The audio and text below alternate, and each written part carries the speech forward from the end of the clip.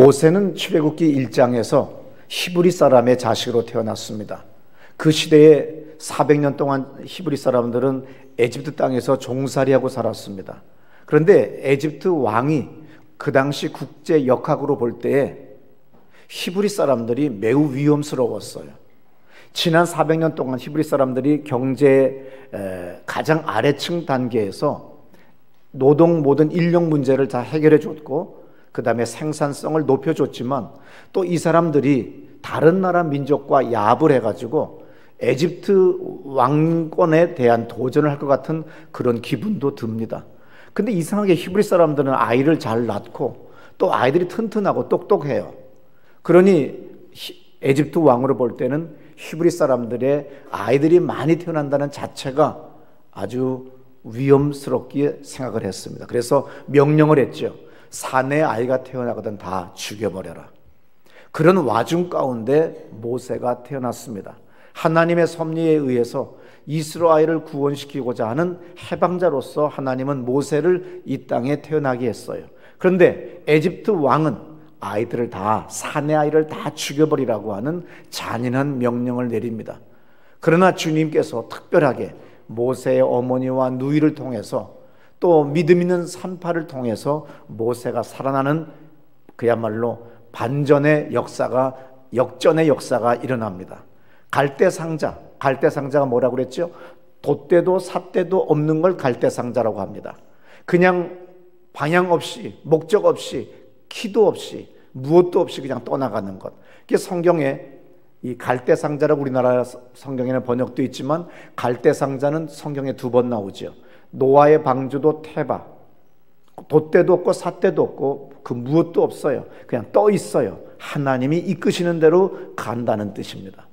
모세도 뭐예요? 태어날 때부터 그는 하나님에 의해서 가는 거지 내 인생의 목적과 어머니의 목적과 아버지의 목적으로 가는 것이 아니라 하나님의 섭리에 의해서 살아간다고 하는 상징적 의미를 두었기 때문에 여기에는 우리나라 성경에는 갈대상자로 되어 있지만 테바로 되어 있습니다. 테바, 시작. 그래서 성경에 오직 테바는 노아의 방주와 지금 여기 갈대상자로 나오는 이 테바, 2군데만 테바가 기록되어 있습니다. 아무쪼록 오늘 출애굽기 1장부터 반전을 거듭하다가 드디어 3장 오늘 본문에 보면 모세의 나이가 80살이 됐습니다. 왜 80살이 됐어요? 그 전에 모세는 자기 동족 히브리 사람이 너무나도 엄청나게 핍박을 받고 환난을 받으며 또 모진 매를 맞으며 살아가는 것이 안타까워서 그 싸움, 에집트 군인이 히브리 사람들을 갖다 채찍질하는 것을 말려주다가 그만 그 주먹질을 하다 보면은 살인이 되어버렸어요. 그 살인으로 말미암아 어떻게 됩니까? 도망을 가게 돼요. 이제 인생 끝난 것 같습니다. 40년이 흘렀습니다.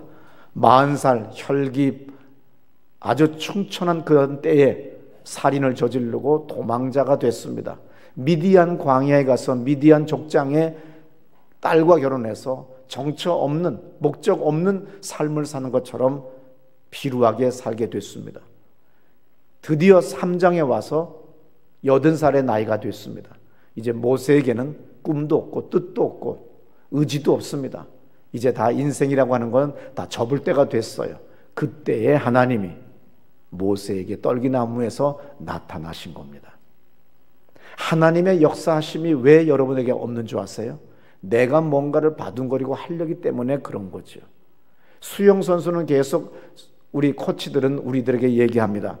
여러분 수영을 잘하는 방법이 있는데 몸을 맡기세요. 누구 맡길 줄 모르나? 가라앉으니까 허우적거리는 거죠. 그러면 우리는 어떻게 돼요? 계속 허우적거리게 되다가 물만 마시고 나오게 돼 있어요. 오늘 상징적으로 출애굽기 1장에서 모세는 어떻게 나왔습니까? 테바에, 갈대상자에 돛도 없고 삿대도 없고 돛대도 없고 키도 없고 아무것도 없는 운명적으로 그냥 어떻게 될지도 모르는 하나님에 의해서 끌려가는 인생이 된다고 하는 상징적으로 시작되다가 3장에 와서 정말 아무 소망이 없는 80살 나이에 떨기나무에서 불타는 것이 보입니다. 양떼를 치다가 가축을 기르다가 이상한 일이 생겼으니까 가까이 가서 봤더니 거기에 하나님이 나타나신 거예요. 그리고 하나님으로부터 사명을 받습니다. 민족을 해방시키라고 하는 엄청난 사명을 받는 거예요. 이것이 오늘 출애굽기에서 얘기하는 일입니다. 하루아침에 죽을 수밖에 없는 아이가 반전돼서 또 살아나고, 또 갈대상도로 흘러가서 빠져 죽을 수도 있고 뒤집어져서 죽을 수도 있지만 에집트 공주의 양자가 된다든지, 그러나 다시 또 살인자가 되어가지고 미디안 광야로 도망가게 되고, 오늘 80살이 넘은 나이에 하나님을 다시 만납니다. 하나님이 어떤 하나님이에요? 인생에서 우리를 간섭하시면서 역전과 반전을 시키시는 하나님이라는 겁니다. 내가 지금 이 시리즈를 계속 말씀드리는 이유는, 똑같은 말을 계속 반복하는 이유는 바로 하나님이 우리를 창조한 창조주십니다. 주관자십니다.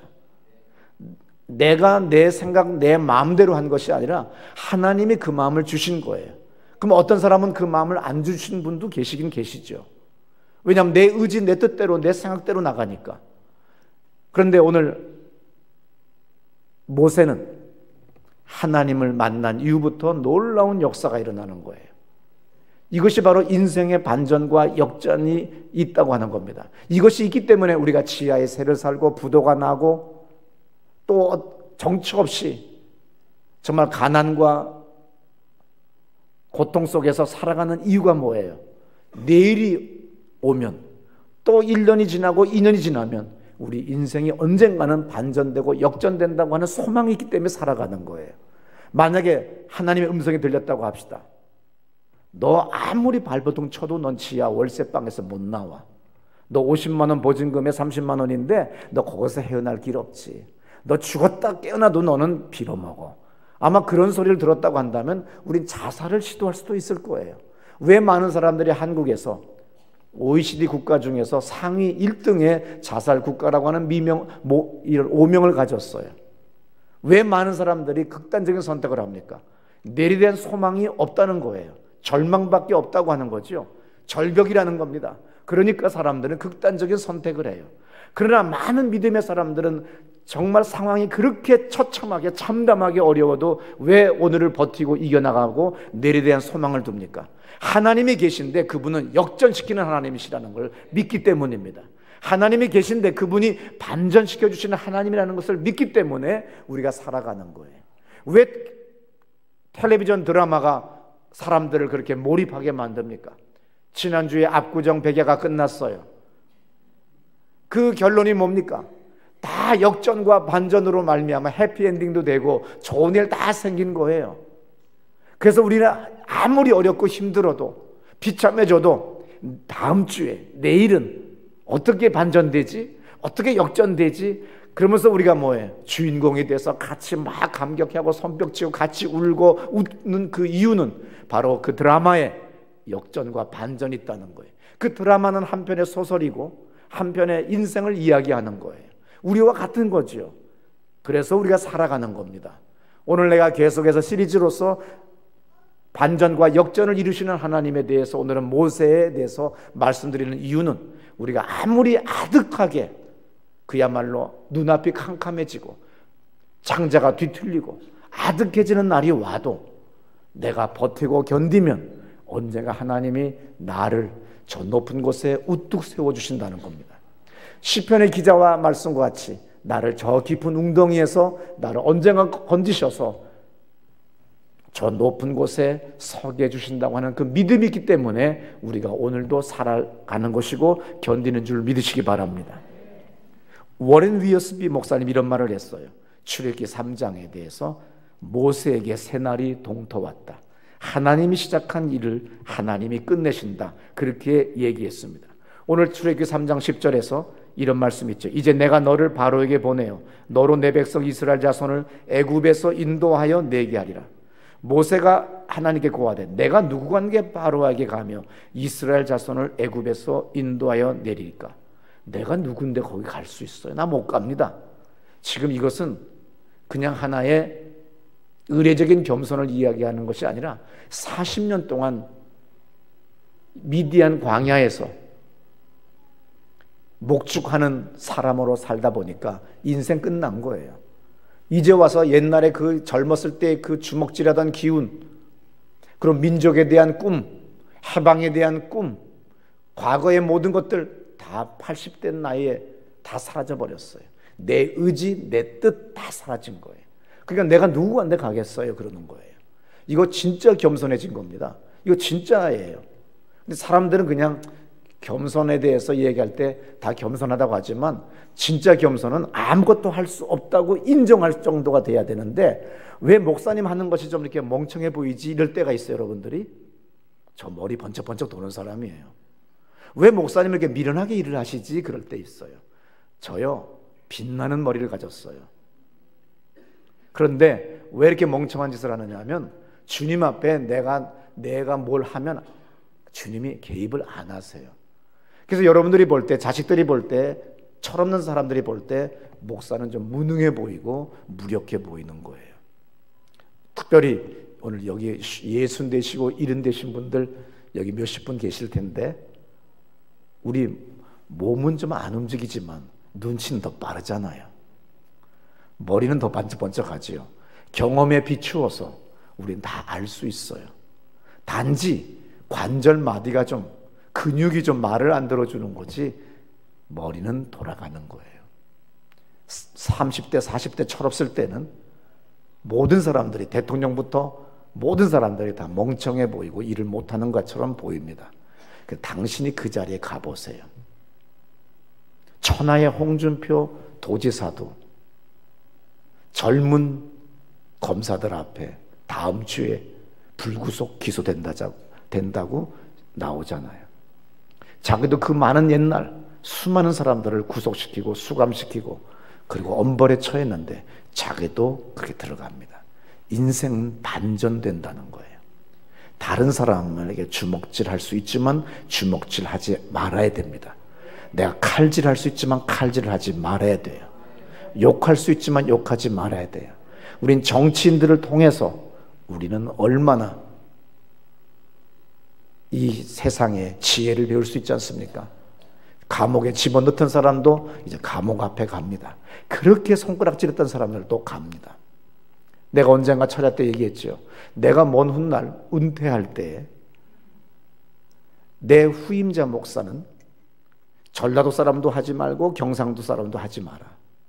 이건 뭘 의미해요? 충청도 사람도 하지 말고.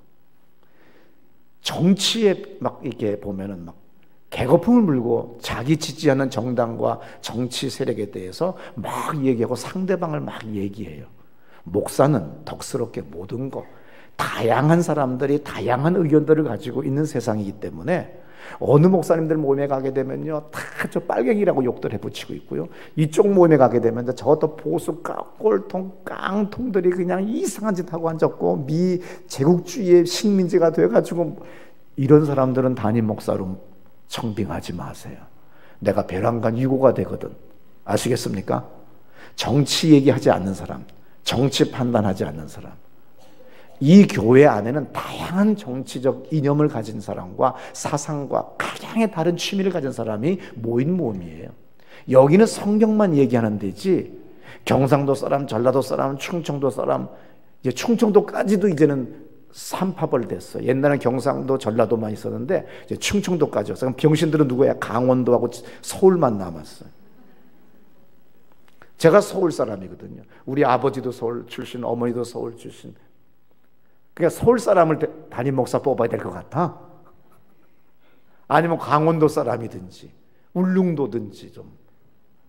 왜냐하면 정치 얘기를 하게 되고 편향적으로 좌편향, 우편향으로 극우 국자로 나가게 되면 교회 개판됩니다. 나는 목숨을 걸고 젊은 날을 투자해서 오늘의 이 교회가 되도록 우리가 모두가 힘써 왔는데 어느 날 하나의 부분적인 것에 불과한 정치적인 이념 가지고서 각각으로 쪼개져 나간다고 하면 얼마나 은혜스럽지 못하잖아요. 우리 교회는 경상도뿐, 전라도뿐, 충청도뿐, 강원도뿐, 북한에서 살다 오신 분 다 고루고루, 일본에서 오신 분, 어디서 오신 분 다 골고루 있는 건데 한쪽에 치우쳐서 얘기하면 안 돼요. 아무쪼록 뭐 하다가 내가 일로 갔는지 몰라. 진짜 이 모세는 겸손한 거예요. 정말 이제 더 이상 의지도 꿈도 뜻도 없는 거예요. 왜? 80살 나이니까.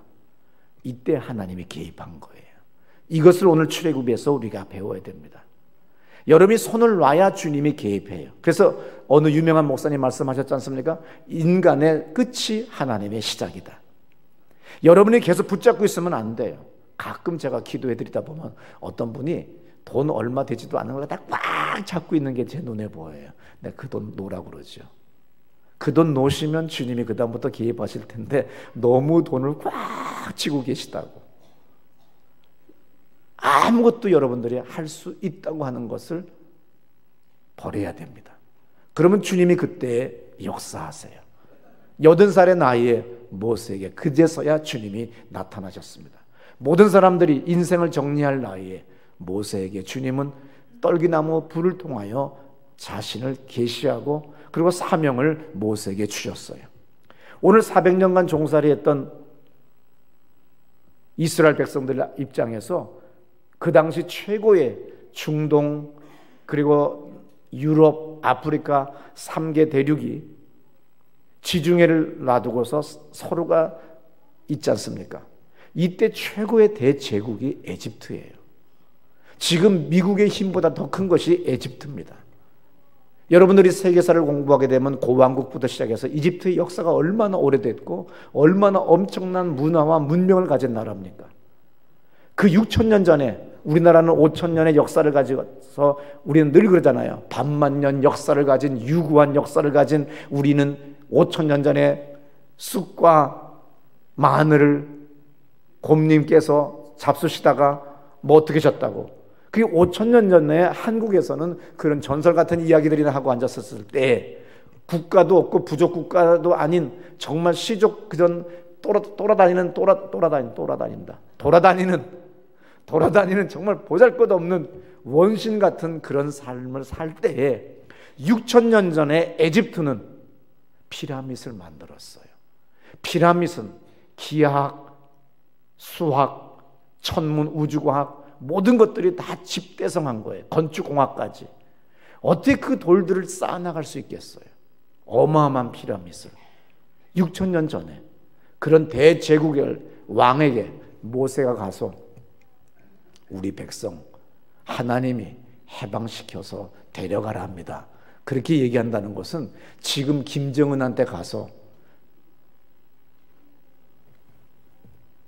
북한의 수용소에 갇혀있는 사람들, 당신의 체제에 반대했던 사람들 다 해방시켜서 남조선으로 가게 하랍니다 하는 순간에 그 자리에서 고사포 총으로 맞아 죽어요. 이제는 김정은도 보세요. 그냥 총살이 아니라 고사포 총으로 비행기를 떨어뜨리는 그 총으로 쏴서 죽여서 시체도 안 남겼다고 할 정도로 70명이나 살해했다고 나오지 않습니까? 그보다 더 심한 것이에요. 왜? 지금 21세기 문명사회에서도 그런 일이 일어나는데 수천 년 전에 모세 시대 때 에집트 왕, 대제국의 왕에게 가서 그 말한다는 자체가 얼마나 상식 이하인지 누구도 간다는 사람은 못합니다. 가면 죽어요. 언젠가 미국의 우리 교포 2세 청년이 북한 사람들에게 복음을 전하고 그리고 평화 통일하자고 압록강 건너갔죠. 그리고 어떤 일이 벌어졌죠? 가서 그대로 잡혀가지고 엄청난 성고문을 통해 가지고 지금 미국에 와 있지만 폐인 같은 삶을 산다고 하는 게 나와요. 상식이 통하지 않는 곳입니다. 에집트 왕에게 내 백성 히브리 사람을 데리고 하나님이 예비한 가나안 땅으로 가라고 하는 이 말 자체가 이거는 상식 이하의 건입니다. 만날 수 없는 거예요. 맞아 죽을 수도 있어요. 근데 하나님이 시켰더니 에집트의 바로와 함께 대화할 수 있는 기회가 생깁니다. 그런데 중요한 건 출애굽기 5장 2절에 이런 말씀이 있어요. 잘 들어보세요. 바로가 이르되 여호와가 누구이기에 내가 그의 목소리를 듣고 이스라엘을 보내겠느냐? 나는 여호와를 알지 못하니 이스라엘을 보내지 아니하리라. 예, 지금 바로가 자기가 신이라고 믿는 고대 제국의 왕이 오늘 모세가, 그것도 자기들의 노예족인 모세가 와서 그렇게 얘기하니까 하도 어이가 없어서 여호와가 누구간데 내가 그 말을 듣니? 너 하나님 믿는다며? 하나님 누구간데 내가 믿어? 너 미친놈 아니야? 지금 그렇게 얘기하는 거예요. 나는 알지 못해. 여호와를 알지 못해. 오늘 많은 남자들이 또 아니면 많은 주부들이 배우자가 한 사람은 믿고 한 사람은 믿지 않는 집에서 가끔 가다가 하나님을 아주 가소롭게 얘기할 때가 있어요. 그러면 나한테 보여줘봐. 나와 보라 그래. 여러분, 나오는 순간에 여러분은 불타 죽어요. 숨도 못 쉬고 죽어요. 그냥 주의 은혜로 그냥 가만히 있는 거예요. 아시겠습니까? 천사를 만나도 다니엘서에 보게 되면 미가엘 천사장을 만났을 때 다니엘은 죽은 듯이 엎드려져 버렸다고 그랬어요. 천사를 만나도 그 영적인 힘이 얼마나 큰지 선지자 다니엘도 엎드려 죽은 것처럼 쓰러져 버린다고 하는데 하나님을 어떻게 여러분들이 만나겠어요? 여러분들이 이렇게 가끔 가소롭게 얘기할 때가 있는데 회개하셔야 됩니다. 하나님의 현현을 원하신다면, 하나님의 임재와 하나님의 개입을 통하여 여러분들이 인생이 역전되고 반전되기를 원하신다고 한다면 오늘 모세와 같이 완전히 소망도 뜻도 꿈도 없어야 돼요. 그때부터 주님은 여러분들을 일으켜 세우시고 꿈을 주시고 힘을 주시고 새 일을 행하시는 걸 믿으시기 바랍니다. 오늘 우리 마음이 중요해요. 내 마음 내 생각이라고 내 멋대로 살면 안 됩니다. 완악한 말을 하게 되면 계속 완악한 일을 생겨요. 우리도 부부싸움 하다가 조금씩 이게 진도가 커지고 강도가 세져요. 그러다가 던져요. 던지면서 우리는 이성을 가져요. 던지듯 새로 산 65인치 테레비 쪽으로는 안 던진다. 던지긴 던지는데 내가 남편의 이마 쪽에다가는 던지지 않는다. 아니면 뭐예요? 내가 던지긴 던지는데 우리 마누라 그래도 또 괜히 또 피 흘리고 이러면 안 되니까 내가 옆으로 세게 던져서 깡 한다 하는데 이게 빗나가는 거예요. 그럼 문제는 심각해지기 시작합니다. 그러면 끝이 없어져요. 그런 걸 뭐라고 그래요? 세상 말로 뚜껑이 열렸다고 그래요. 뚜껑이 열리면 그 다음부터는 어떤 일이 벌어집니까? 막 나가는 거예요. 그래서 이상한 사건들이 막 신문에 막 나오는 겁니다. 여러분 중요합니다. 알아요. 싸움하면 안 된다는 거 알아요. 화내면 안 된다는 거 알아요. 인색하면 안 된다는 거 압니다. 헌금 잘 드린 사람이 역시 복 받더라는 것 알아요. 예배 잘 드린 사람이 큰 복을 받더라는 것 알아요. 알면서 자꾸 예배는 더 빠지게 되고 기도에 자꾸 빠지게 돼요. 왜 그렇지요? 하나님 보시기에 그 마음이 완악한 거예요. 옛날 개역성경 옛날 거에는 뭐라고 써있죠? 하나님이 그를 강팍해 하셨다고 그랬어요. 출애굽기에 보게 되면 하나님이 완악하게 만들어버렸다고 그랬어요. 그 말이 15번 나옵니다. 이건 중요한 일입니다. 계속 바로가 아주 고집불통으로 완악하게 나가고 하나님이 누구냐고 교만하게 방자하게 나가니까 하나님이 모세에게 말합니다. 내가 바로를 그의 마음을 완악하게 할 거다. 내가 그의 마음을 강팍하게 할 거다. 그래서 내가 하나님인 줄 알게 할 거다. 그래서 어떡합니까? 10번의 재앙을 다 맞아요. 그래서 그야말로 장자들의 죽음부터 시작해서 에집트의 엄청난 경제적 사회적 대혼란과 고통을 겪은 다음에 그제서야 뭐라고 합니까? 죽음이 사자가 와서 모든 동물과 사람의 첫 것을 다 죽여버리니까 그제서야 이스라엘 사람들을 가라고 그래요. 가라고 해놓고 다시 또 어떤 일이 벌어져요? 또 강팍하고 완악해지니까 또 하나님이 그렇게 만들어 놨기 때문에 또 군사를 데리고 쫓아옵니다. 전차를 데리고, 오늘 탱크 전차라는 뜻이 아니에요. 전투하는 차라는 뜻이죠. 말에 이끌어가는 마차를 얘기합니다. 그 마차를 타고 엄청난 군대가 쫓아올 때 모세는 그리고 이스라엘 백성들은 경악할 수밖에 없습니다.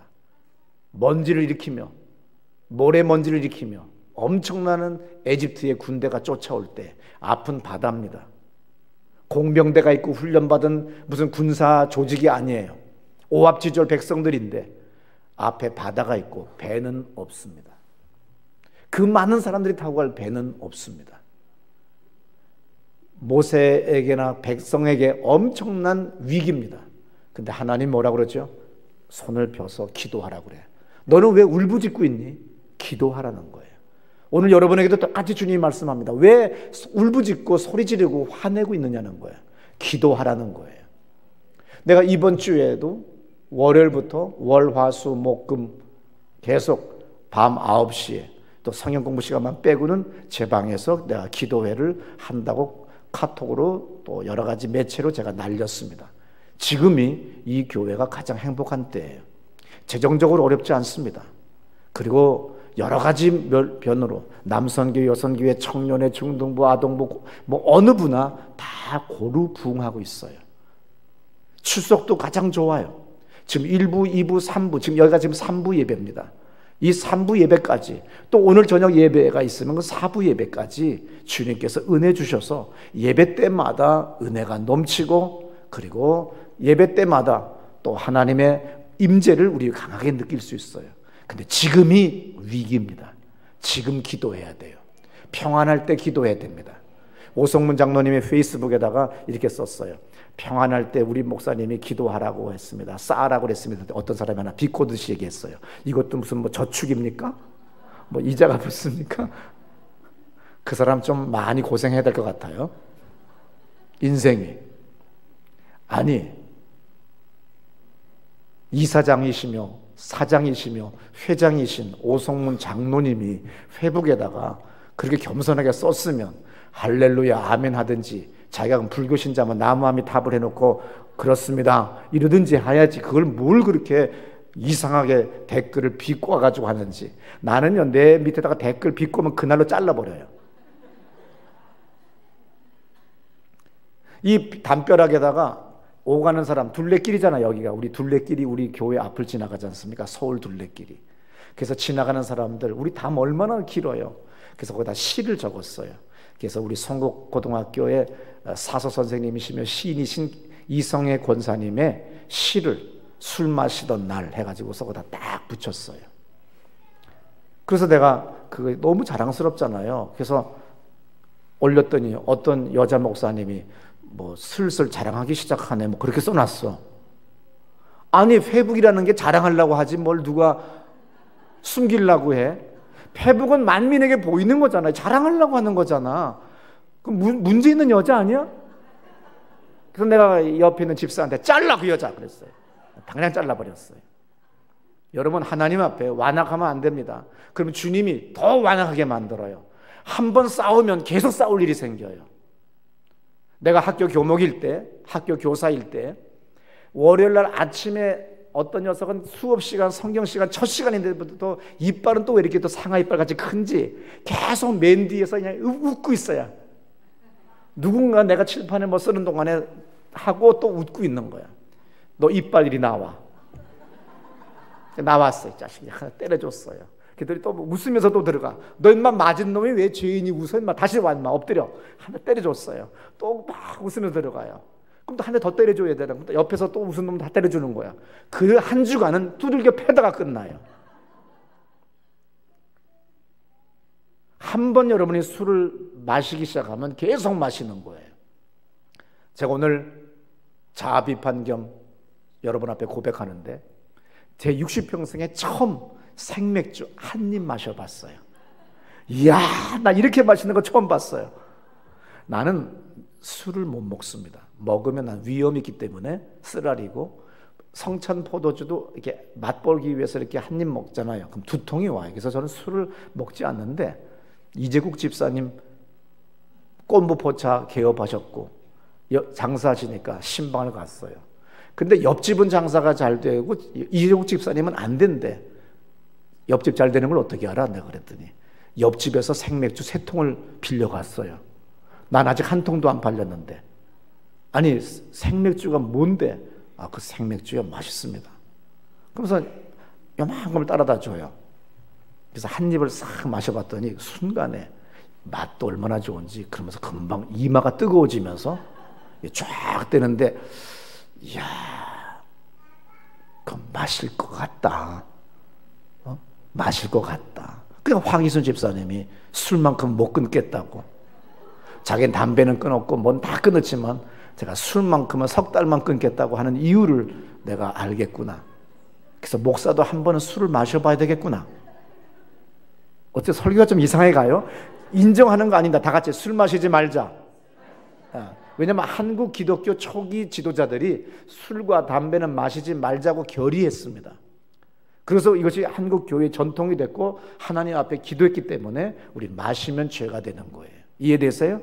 나는 뭐 한 거지요? 맛본 거예요. 이렇게 착한 목사가 어디 있습니까? 그 한 입 마셨다고 얘기하잖아요. 그래서 절대로 화를 한번 내고 버럭 소리를 지르면 그날은 계속 그렇게 돼요. 왜? 계속 완악하게 돼버려요. 하나님이 그렇게 하는 법도 있고 귀신이 그렇게 하는 법도 있어요. 그래서 우리가 처음부터 내가 덕스러워야지, 자제해야 돼, 절제해야 돼 하고서 나가야 되는 겁니다. 출애굽기 4장 21절 들어보세요. 여호와께서 모세에게 이르시되 내가 애굽으로 돌아가거든 내가 내 손에 준 이적을 바로 앞에서 다 행하라. 그러나 내가 그의 마음을 완악하게 한즉 가 백성을 보내주지 아니하리니. 7장 3절도 또 읽어보세요. 내가 바로의 마음을 완악하게 하고 내 표징과 내 이적을 애굽 땅에서 많이 행할 것이나. 출애굽기 14장 17절에 보면 내가 애굽 사람들의 마음을 강팍케 할 것인즉 그들이 그 뒤를 따라 들어갈 것이라. 내가 바로와 그 모든 군대와 그 병과 마병을 인하여 영광을 얻으리니. 우리가 봤을 때 제3자 입장에서 객관적으로 봤을 때 저 사람이 지금 거기 들어가면, 그 자리에 들어가게 되면, 총리직을 맡으면, 도지사직을 맡으면, 국회의원이 되면 인생이 파멸로 끝난다는 걸 알 수도 있어요. 제3자는 객관적으로 알 수 있어요. 근데 끌려 들어가 버려요. 왜? 하나님이 강팍하게 한즉. 믿습니까? 그러므로 항상 주의 마음을 들어야 돼요. 주의 생각이 어떠한지 귀를 기울여야 됩니다. 절대로 내 생각 내 마음이라고 좋다고 다 취하면 안 되는 거예요. 구별할 줄 알아야 됩니다. 절제할 줄 알아야 됩니다. 거절할 줄 알아야 됩니다. 출애굽기 14장 17절 중요한 거예요. 하나님의 마음을 완악하게 하면은 그들이 그 뒤를 따라 들어갈 거라는 거예요. 이거 죽는 거 알아요. 지금 물속에 들어가게 되면 수장되는 거지요. 하나님이 지켜주는 건 이스라엘 백성들을 홍해바다 갈라져서 건너가게 한다고 그랬지 에집트 군사까지 같이 들어오라고 하지는 않았다는 겁니다. 그런데 어리석게도 같이 들어가는 거예요. 하나님이 완악하게 할 것인지 그들이 그 뒤를 따라 들어갈 것이라. 내가 바로와 그 모든 군대와 그 병과 마병을 인하여 영광을 얻으리니. 어떻게 영광을 얻어요? 이스라엘 사람들이 볼 때 하나님은 창조주십니다. 전능자십니다. 위대하십니다. 주님만이 우리 하나님이시다고 하는 이 고백을 통하여 영광을 받으신다는 거예요. 그러므로 여러분들이 아무리 믿음이 없어도 하나님에 대하여, 교회에 대하여 가소로운 발언을 하면 안 됩니다. 가소롭게 얘기하면 안 됩니다. 오늘날 젊은 철없는 기독교 언론계의 기자들이 오만방자하게 까불지요. 기독교회를 정화시키기 위하여, 개혁시키기 위하여. 그래서 이 대한민국의 5만 개의 교회에 얼마나 좋은 일들이 많이 있겠어요. 그러나 좋은 기사들은 하나도 싫지 않고 끊임없이 교회에 욕되는 것들만 실어놓고 있어요. 그래봐야 그거 몇백 명의 잘못된 목사 몇백 명밖에 안 되는 일입니다. 10만 명의 대한민국 교육자 중에서 1%도 안 되는 죄악이에요. 한국 대통령의 죄악이 더 커요. 이승만 대통령부터 시작해서 지금까지 대통령 치고 교도소나 아니면 강제 하야당하거나 그의 가족들이 감옥 안 간 사람이 어디 있어요? 손꼽잖아요. 대통령의 범죄율은 80%, 90%에 속하지만 대한민국의 교회들의 목회자들이라는 것은 어디 돌팔이 중이나 돌팔이 목사들 이상한 몇 사람 소수의 죄악을 대한민국 교회들의 전체의 죄악인 양 계속해서 SNS 상으로 그리고 인터넷 신문을 통해서 쏟아붙이고 있습니다. 하나님은 하나님의 교회를 하나님이 개혁시키는 거지, 하나님의 교회를, 하나님의 자녀를 하나님이 역사하시는 거지 사람이 하는 법 없습니다. 우리가 신학을 공부하면 2000년 동안 4000년 동안 하나님은 어떠한 왕이, 어떠한 제국이, 어떠한 독재자가 와서 어떠한 이념과 사상이 100년간 70년간 뒤덮을지라도 하나님의 뜻은 도도하게 대하가 큰 강물이 도도하게 흐르듯이 흘러간다는 거예요. 누구도 거스를 수가 없어요. 아무리 수영을 잘하는 사람이 바닷속에 강물 속에 2시간 이상 수영 못합니다. 저체온으로 죽게 될 수밖에 없어요. 누가 감히 흐르는 대하를 막을 수 있어요? 누가 감히 저 하나님의 뜻을 막을 수 있어요? 그것은 바로 마귀의 전략이에요. 마귀의 앞잡이가 되어서 끊임없이 교회를 욕하고 규탄하는 수많은 소위 교회의 집사라고 얘기하고 자기가 기자라고 얘기하면서 얼마나 많이 공격을 하는지 모릅니다. 거기 여러분들은 그걸 보는 순간에 기도하셔야 돼요. 저에게 하나님이 역사하옵소서. 그러나 그들은 계속 그 짓만 하다가 죽을 거예요. 뿌린 시대로 거두기 때문에 그렇게 비판하는 사람은 자기도 비판을 당하게 돼 있어요. 그것이 인생이고 오늘 정치인들이 우리에게 보여주는 이야기입니다. 오늘 출애굽기에 완악하게 하나님이 만드셨다고 하는 것이 15번이나 기록되어 있다고 하는 거 아셔야 돼요. 내 인생에 내 마음이 강팍하지 않게 해 주옵소서. 귀신으로 말미암아 아니면 하나님의 뜻으로 말미암아 내가 강팍한 사람이 되지 않고 언제나 내 마음이 주님께 귀를 열고 주의 음성을 듣는 겸손한 사람이 되게 해달라고 기도하는 여러분 되시기를 축원합니다. 80 늙은 나이에 소망 없는 나이에 하나님이 명령하신 대로 순종할 때 하나님이 이적을 베풀어 주셨어요. 오늘 중요한 건 모세를 통해서 나이가 중요하지 않다는 겁니다. 가진 것이 없어도 된다는 겁니다. 아무런 재능이 없어도 된다는 겁니다. 숨 쉴 수 있고 기도만 할 수 있다고 한다면 이것은 바로 기적이고 소망이 있다는 거예요. 내가 비록 안병일지라도 내가 오늘 이성을 가지고 숨 쉴 수 있고 살아있다고 하면 이것은 절호의 기회를 주님이 주신 거예요. 내일을 주신 거예요.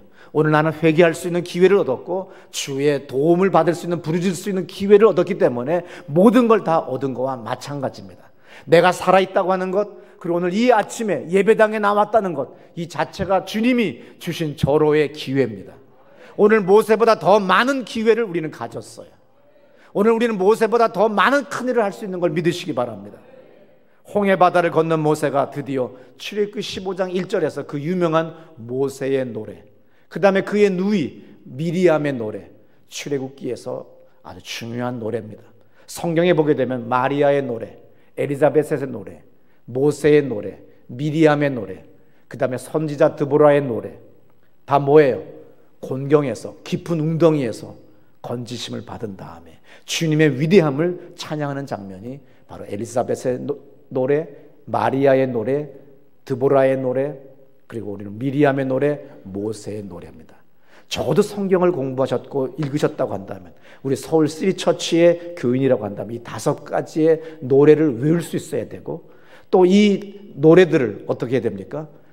왜 이 노래가 나올 수밖에 없었던가? 거긴 바로 그 직전에 하나님이 반전과 역전을 계속 일으키셔서 오늘 이렇게 노래할 수밖에 없는 존재로 만들었다는 거예요. 오늘 사실은 설교의 주제가 뭐예요? 오늘 모세의 노래라는 겁니다. 오늘 잘 들어보세요. 출애굽기 15장 1절부터입니다. 이때에 모세와 이스라엘 자손이 이 노래로 여호와께 노래하니 일러스되 내가 여호와를 찬송하리니 그는 높고 영화로우시며 말과 그 탄자를 바다에 던지셨음이로다. 여호와는 나의 힘이요 노래시며 나의 구원이시로다. 그는 나의 하나님이시니 내가 그를 찬송할 것이요 내 아버지의 하나님이시니 내가 그를 높이리로다. 여호와는 용사시니 여호와는 그의 이름이시로다. 그가 바로의 병거와 그의 군대를 바다에 던지시니 최고의 지휘관들이 홍해에 잠겼고 깊은 물이 그들을 덮으니 그들이 돌처럼 깊음 속에 가라앉았도다. 예, 언젠가 이렇게 성령이 충만해가지고 기도를 하게 되면요, 내가 기도하지만 이거는 내 머리에서 안 나오는 거야. 어떻게 이렇게 문장 하나하나가 완벽하고 수려할 수 있을까? 설교도요, 내가 몸이 약해지거나 기도를 덜하고 오면 제가 이렇게 벅벅거려요. 헛소리를 잘합니다. 근데 어느 날 성령이 역사하시게 되면은 놀라워요. 주님이 여기 계신 분들을 다 보게 해주세요. 그리고 여기에 어떤 문제를 가지신 분들도 보게 하셔요. 그러니까 이 구석에 주택도 없는 이곳에 수도권 전체에서 사람들이 오시지 않습니까? 여기서 어떻게 예배가 3부 예배씩 진행할 수 있겠어요? 이건 주님의 은혜입니다. 오늘 모세가 노래했어요. 그는 높다. 그는 용사야. 3절에 하나님이 어떤 분인가 했더니 용사야. 용사가 뭐예요? 군인이라는 거예요. 군대라는 거예요. 대장군이라는 거죠. 그가 택한 장군이 홍해에 잠겼고 에집트의 장군들이 홍해에 잠겼어요. 5절에 큰 물이 그들을 덮으니 그들이 돌처럼 깊음에 내렸도다. 큰 물이 덮을 때 돌은 물속에 빠지면 그대로 깊이 빠져버리잖아요. 그렇게 빠져버리더라는 거예요. 이스라엘 백성들은 안전하게 건넜는데, 어린아이들까지 짐승까지 안전하게 건넜는데 그들은 돌같이 깊음 위에 빠져버리는 거예요. 아주 모세의 그 유명한 홍해 바다를 건넌 다음에 그 홍해 바다를 바라보며 건너편에 저 에집트 땅을 바라보며 불렀던 그 위대한 모세의 노래입니다. 나는 오늘 이 아침에 이 설교를 하는 이유는 바로 여러분들이 오늘 어떠한 어려움 속에 살다고 할지라도 낙심하지 마십시오. 깊은 웅덩이 있을지라도 낙심하지 마세요. 주님은 역전시키시고 반전시키는 하나님이십니다. 언젠가 모세가 오늘 이 홍해 바다를 건너서 지나온 과거 에집트를 바라보며 이 노래를 부르듯이 여러분들도 이 노래를 부르는 날이 올 줄로 믿습니다. 주님, 나에게 모세와 같이 노래 부르는 날이 오게 해주세요. 이제 그 다음에 출애굽기 15장 19절에서 그의 누이 미리암이 노래합니다. 잘 들어보세요. 바로의 말과 병거와 마병이 함께 바다에 들어가매 여호와께서 바닷물을 그들 위에 되돌려 흐르게 하셨으나 이스라엘 자손은 바다 가운데서 마른 땅으로 지나간지라.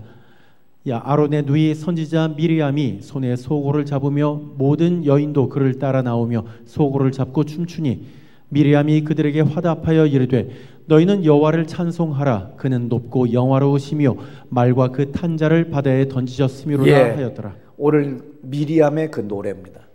나는 언젠간 제가 다음번에는 노래하는 사람들이 되게 하소서 하는 제목으로 한번 설교하고 싶어요.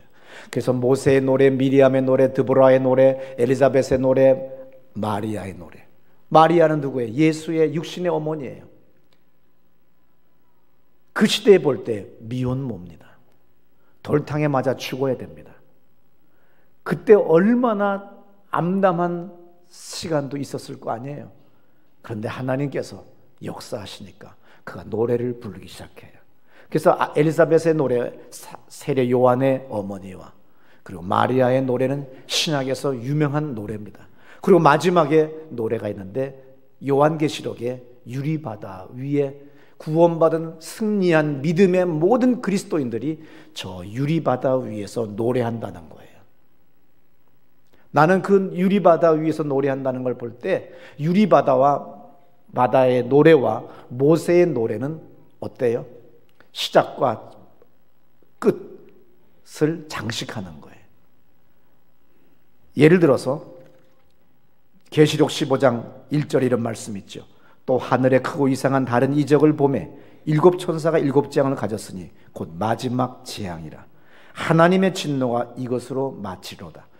자, 7번째 재앙이 끝났어요. 하나님의 진노가 끝났습니다. 2절 또 내가 보니 불이 섞인 유리바다 같은 것이 있고 짐승과 그의 우상과 그의 이름의 수를 이기고 벗어난 자들이, 그러니까 수많은 유혹과 환난과 죄악을 벗어난 사람들이, 그리스도인들이 유리바닷가에 서서 하나님의 검은고를 가지고, 세상의 검은고가 아닙니다. 하나님의 검은고를 가지고 하나님의 종 모세의 노래, 어린 양의 노래를 불러 가로되 주 하나님 곧 전능하신 이시요 하시는 일이 크고 기이하시도다.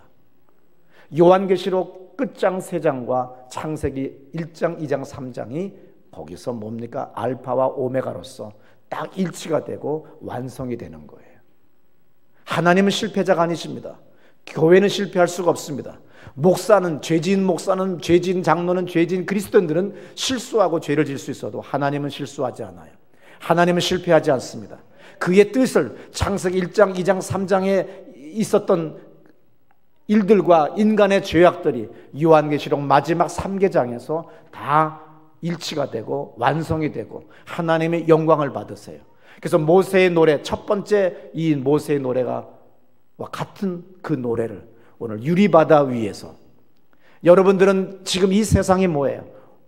저 홍해 바다를 건너올 때 뒤쫓아오던 에집트의 군사와 같이 나를, 우리의 인생을 끊임없이 뒤쫓아와 우리의 발목을 잡고 우리를 쓰러뜨리고 넘어지게 하지만 우리는 세상과 타협하지 않고 믿음으로 계속 기도로 오직 주의 말씀 부여잡고 나가면 하나님이 언젠가는 그 모세가 홍해바다 옆에서 모세의 노래를 부른 것처럼 유리바다에서 바로 모세의 노래와 같이 노래를 부른다는 거예요.